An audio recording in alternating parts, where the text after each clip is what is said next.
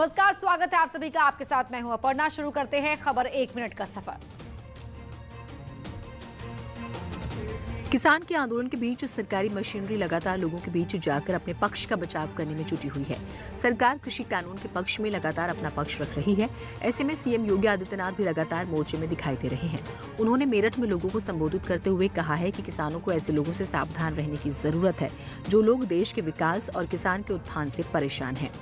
कुछ लोगों पे विकास अच्छा नहीं लगता, वही लोग षड्यंत्र करना चाहते हैं। किसान को सब्सिडी का लाभ कैसे मिल जा रहा है, उनको परेशानी है। किसान के खाते में पैसा कैसे जा रहा है, उन्हें परेशानी इस बात को लेकर के है। किसानों के साथ खड़े विपक्ष पर भी योगी ने पलटवार किया, क्योंकि मोदी जी ने तकनीक के साथ जोड़ने का कार्य जो देश को कर दिया, उन्हें परेशानी हो रही है। और यही वजह है कि मिशन पश्चिमी यूपी के तहत किसानों को साधने में जुटी सरकार ने किसानों को देशभक्त और मेहनती का तमगा दे दिया है। मुख्यमंत्री योगी आदित्यनाथ ने मेरठ वासियों को 325 करोड़ की योजनाओं की सौगात दी। इस मौके पर सीएम ने कृषि विश्वविद्यालय के केंद्रीय पुस्तकालय भवन का लोकार्पण किया और सरदार वल्लभ भाई पटेल को भारत माता का महान सपूत बताया। सीएम ने विपक्ष पर हमला बोलते हुए कहा है कि पिछली सरकार कांवड़ यात्रा पर बाधा बन गई थी, लेकिन हमारी सरकार आई तो फूलों की वर्षा कराई गई। जब मेरे समय में लोगों ने कहा कि कांवड़ यात्रा के लिए क्या करेंगे, क्योंकि पिछली सरकारों ने तो रोक लगा दिया था, हमने कहा रोकेंगे नहीं, उनके लिए सुविधा उपलब्ध कराएंगे। आवश्यकता पड़ेगी तो हेलीकॉप्टर से पुष्प वर्षा भी करेंगे। प्रदेश सरकार केंद्र के साथ मिलकर लगातार विकास कार्यों को जमीन पर उतारने का काम कर रही है। पिछले 3 वर्षों के दौरान गन्ना किसानों को 1,12,000 करोड़ रुपए का गन्ना मिलने का भुगतान प्रदेश सरकार ने करवाया। हमारी सरकार लगातार किसानों के हितों में काम कर रही है, जिसका असर गन्ना भुगतान में दिखाई दे रहा है। कृषि कानूनों को लेकर किसानों के जबरदस्त विरोध का सामना कर रही केंद्र सरकार को उत्तराखंड के किसानों से राहत मिली है, क्योंकि इन किसानों ने सरकार के पक्ष में कृषि कानून का समर्थन किया है। जो समस्या मतलब किसानों को महसूस कराई जा रही है, वो समस्याएं सर दरअसल इतनी है नहीं। हमारी मंत्री जी से बात हुई है एमएसपी के बारे में कि उन्होंने हमें पूरा आश्वासन दिया है कि एमएसपी ना हटेगी। हरियाणा के बाद अब उत्तराखंड के किसान केंद्र सरकार के समर्थन में आकर कृषि कानूनों को अच्छा बताकर दिल्ली में केंद्रीय कृषि मंत्री नरेंद्र सिंह तोमर से मुलाकात की। इस मौके पर कृषि राज्य मंत्री कैलाश चौधरी और उत्तराखंड के शिक्षा मंत्री अरविंद पांडे भी मौजूद रहे। उन्होंने कृषि सुधार बिलों के बारे में अपनी राय दी और अपना समर्थन व्यक्त किया। सरकार के पक्ष में खड़े किसानों का कृषि मंत्री ने आभार जताया है, जबकि इससे पहले नरेंद्र सिंह तोमर और सोम प्रकाश ने किसानों के आंदोलन को लेकर गृह मंत्री अमित शाह से मुलाकात की थी, लेकिन बैठक में क्या बात हुई ये जानकारी सामने नहीं आ सकी। दिल्ली में किसानों का आंदोलन 18 दिन से लगातार जारी है। इस आंदोलन को और धार देने के लिए राजस्थान के किसान भी दिल्ली कूच कर रहे हैं। किसानों ने सरकार को पहले ही अल्टीमेटम दे दिया था। ऐसे में जब राजस्थान के शाहजहांपुर में हरियाणा बॉर्डर के पास किसान पहुंचे तो दिल्ली जयपुर नेशनल हाईवे जाम हो गया। फिलहाल पुलिस बहरोड से वाहनों को डायवर्ट कर रही है ताकि लोगों को जाम से राहत मिल सके। मांग ये है कि इन तीनों बिलों को सिरे से खारिज कर दिया जाए, ताकि तीनों बिल सिरे से खारिज हो जाएंगे ना तो फिर ये सारी चीजें अपने आप मर जाएगी। तो ये जो भूत बनाया इन्होंने, जिंद बनाया, जिंद मर जाएगा तो छोटे मोटे काचे करे जो बोलते हैं वो भूत वो अपने आप मर जाएंगे। किसानों के इस आंदोलन को देखते हुए सरकार ने भी सुरक्षा के पुख्ता इंतजाम किए हैं। हरियाणा सरकार भी लगातार सतर्कता बरत रही है। हरियाणा बॉर्डर पर 3 कंपनी फोर्स तैनात कर दी गई है। इसके बाद भी सरकार की मुश्किलें कम होती दिखाई नहीं दे रही हैं। सरकार कृषि बिल वापस लेने के पक्ष में नहीं है तो किसान भी आंदोलन को धार देने में जुटे हुए हैं और लगातार किसानों का आंदोलन बढ़ता जा रहा है। कृषि कानूनों के विरोध में खड़ा हुआ किसानों का आंदोलन विस्तार लेता जा रहा है। सरकार और किसानों के बीच चल रही रस्साकशी की वजह से अब तक 17 दिन गुजर चुके हैं, लेकिन अभी तक कोई समाधान नहीं निकल पाया। दिल्ली बॉर्डर पर किसान अपना डेरा डाले हुए हैं। सरकार की तरफ से रक्षा मंत्री राजनाथ सिंह और कृषि मंत्री नरेंद्र सिंह तोमर ने किसानों से मुलाकात की। इसके बाद नोएडा दिल्ली को जोड़ने वाले चिल्ला बॉर्डर को खोल दिया गया और इसी बीच केंद्रीय मंत्री पीयूष गोयल ने किसान आंदोलन को लेकर बड़ा बयान दिया। उन्होंने आरोप लगाया है कि नक्सलियों और माओवादियों ने आंदोलन को हाईजैक कर लिया है। मैं समझता हूं अगर ये किसान आंदोलन माओवादी और नक्सल ताकतों से मुक्त हो जाए तो हमारे किसान भाई बहन जरूर समझेंगे कि किसान के बिल उनके हित में है, देश हित में है। इन आरोपों में कितना दम है ये तो सरकार ही जानती होगी, लेकिन किसानों का आंदोलन लगातार खींचने से सरकार को बेचैनी हो रही है। इसी वजह से सरकार लगातार समाधान निकालने के लिए रास्ते तलाश रही है और किसानों से बातचीत करने का संदेश भी दे रही है ताकि किसानों के आंदोलन को खत्म कराया जा सके। नए कृषि कानूनों को लेकर सरकार और किसान आमने सामने खड़े हैं। सरकार ने किसान आंदोलन में नक्सलियों और देशद्रोहियों के साथ होने का आरोप लगाया। इस बयान के बाद समाजवादी पार्टी ने पलटवार किया। उन्होंने कहा है कि अगर सरकार को किसानों के आंदोलन में नक्सल और देशद्रोही दिख रहे हैं तो राष्ट्रवादी सरकार के डीएनए में गोडसे और सावरकर हैं। हम जानते हैं कि जिन लोगों को नक्सल और देशद्रोह दिख रहा है उनका डीएनए गोडसे और सावरकर का हो सकता है। देश का किसान सर्द मौसम में खुले आसमान के नीचे अपनी मांगों को लेकर धरने पर बैठा है, लेकिन सरकार किसानों के आंदोलन को दबाने के लिए तरह तरह के हथकंडे अपना रही है ताकि आंदोलन को बदनाम किया जा सके और देशद्रोहियों की श्रेणी में खड़ा किया जा सके। इस बीच अखिलेश यादव ने भी ट्वीट कर बीजेपी पर जोरदार हमला किया। उन्होंने लिखा है, अमीरों के चारण बनकर जो बैठे हैं दरबारों में झूठ फैलाने निकले वो गांव गली चौपालों में। मतलब साफ है कि सरकार कृषि कानून के बचाव में खड़ी है तो किसानों के साथ विपक्ष भी दो हाथ सरकार से कर रहा है। किसानों के साथ वार्ता कर सरकार लगातार किसानों को समझाने और गतिरोध को खत्म करने का प्रयास कर रही है। केंद्र में कृषि राज्य मंत्री कैलाश चौधरी ने किसानों के आंदोलन को लेकर सकारात्मक बात कही है। उन्होंने भरोसा दिलाया कि किसानों के साथ अगली बैठक में कुछ अच्छे संकेत मिलेंगे। इसका किसान है वो धीरे धीरे इस बात को समझ रहा है कि ये बिल है वो किसान हित के बिल है और ये किसान को आज़ादी देने वाले बिल हैं। आपको अगर कोई उनको शंका समाधान की आवश्यकता है तो भारत सरकार तैयार है और आप 2 कदम आगे बढ़िए। 2 कदम भारत सरकार बढ़ने के तैयार है।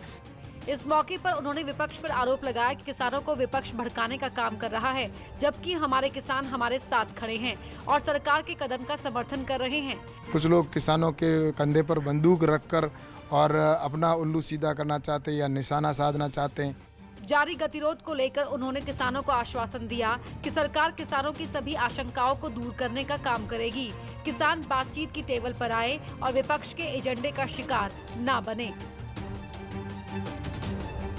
रफ्तार ऐसी कि संभलने तक का मौका नहीं मिला और फिर जो हुआ इन तस्वीरों से सब कुछ साफ हो जाएगा। सामने से एक कार आती हुई दिखाई दे रही है। अब तक सब कुछ सामान्य है, लेकिन कुछ ही सेकंड के अंदर जो हुआ वो रूह कपा देने वाला है।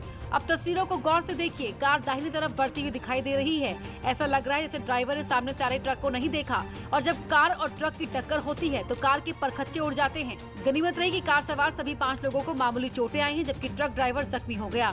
दरअसल यह हादसा गाची बोबली के पास विप्रो जंक्शन पर हुआ। इस हादसे के बाद लोगों की मदद से घायलों को अस्पताल पहुँचाया गया। पुलिस और लोगों के बीच अक्सर तनातनी देखने को मिलती है, लेकिन हरदोई में पुलिस को लोगों ने निशाना बना लिया। इसकी तस्वीरें सीसीटीवी में रिकॉर्ड हो गई। तस्वीरों में देखिए सड़क पर भीड़ आगे बढ़ती हुई दिखाई दे रही है। ऐसा लग रहा है जैसे भीड़ किसी का पीछा कर रही हो। ये भीड़ जैसे ही आगे बढ़ती है वैसे ही तस्वीरें साफ होती जा रही है। तस्वीरों में दिखाई दे रहा है कि भीड़ पुलिस वालों को पीट रही है, जबकि दूसरी तस्वीर को देखेंगे तो एक व्यक्ति एक पुलिस वाले के कॉलर पकड़कर घसीटता हुआ दिखाई दे रहा है, जबकि एक महिला बीच बचाव करती हुई नजर आ रही है। बताया जा रहा है कि हरदोई के माधोगंज थाना क्षेत्र के कुरसर चौकी इंचार्ज समेत पुलिस वालों के साथ मारपीट हुई है, लेकिन अब तक ये बात साफ नहीं हो पाई कि पुलिस और लोगों के बीच किस बात को लेकर विवाद हुआ, इससे संघर्ष की स्थिति बन गई। बस्ती में अपना दल की राष्ट्रीय अध्यक्ष अनुप्रिया पटेल ने सरदार पटेल की प्रतिमा का अनावरण किया है। इस मौके पर किसानों के आंदोलन को लेकर अनुप्रिया पटेल ने सरकार के प्रयासों की तारीफ की है।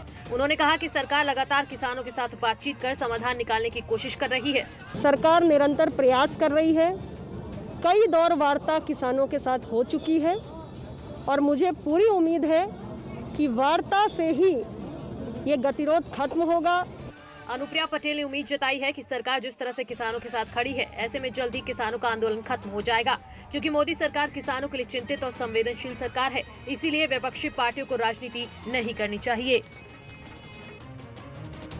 जौनपुर में डिप्टी सीएम दिनेश शर्मा ने पूर्वांचल विश्वविद्यालय में शिक्षा विभाग के अधिकारियों के साथ बैठक की।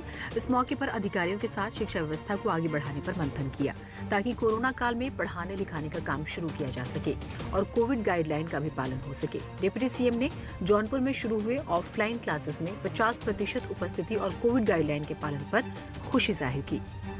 विद्यालयों की क्या स्थिति है बच्चों के पठन पाठन की क्या प्रक्रिया है, विश्वविद्यालय में क्या स्थित है, विश्वविद्यालय का जो परीक्षा की तैयारियां हैं और माध्यमिक शिक्षा की वो कैसी चल रही हैं, परीक्षा केंद्रों का आवंटन शुरू हो चुका है तो किस प्रकार से होना है, इन सारे विषयों पर आज शिक्षा विभाग के अधिकारियों की और जिला प्रशासन को उसमें सहयोग करना है तो जिला प्रशासन के और शिक्षा विभाग के अधिकारियों के साथ में बैठक करी है। साथ ही जौनपुर के लोगों को भरोसा दिलाया है कि जल्द ही DIOS के पद को भरा जाएगा। अयोध्या में बन रहे राम मंदिर की देखभाल करने वाली राम मंदिर निर्माण समिति ने एक नई अधिसूचना जारी की है, जिसके जरिए विशेषज्ञ समिति के गठन के बारे में जानकारी दी गई है। इस समिति में 8 सदस्यों को जगह दी गई है, जिसमें देश के टॉप इंजीनियर्स को रखा गया है। ये समिति मंदिर निर्माण को लेकर 15 दिसंबर को अपनी रिपोर्ट सौंपेगी। इस समिति में professor VS Raju, professor N Gopal Krishnan, professor SR Gandhi, professor TG Sitharaman, professor B Bhattacharya emeritus, Shri AP मुल, प्रोफेसर मनु संथानम और प्रोफेसर प्रदीप्ता बनर्जी को जगह दी गई है, ताकि मंदिर में किसी तरह की कोई कमी न रह जाए। दरअसल मंदिर ट्रस्ट चाहता है कि मंदिर का आयु लगभग 1000 साल से भी ज्यादा का हो। बुलंदशहर में एक प्रेमी जोड़े ने सरकार से सुरक्षा की गुहार लगाई है, क्योंकि प्रेमी जोड़े को लगातार धमकियां मिल रही है, जिससे परेशान होकर पीड़ित प्रेमी जोड़े ने सोशल मीडिया पर एक वीडियो शेयर किया। मेरे पिताजी का नाम मिस्टर अशोक मिश्रा है और मैं पूर्ण रूप से बालिग हूँ, जिसका सबूत मैं आप लोगों को दिखा सकती हूँ। मैं बालिग हूँ पूर्ण रूप से, और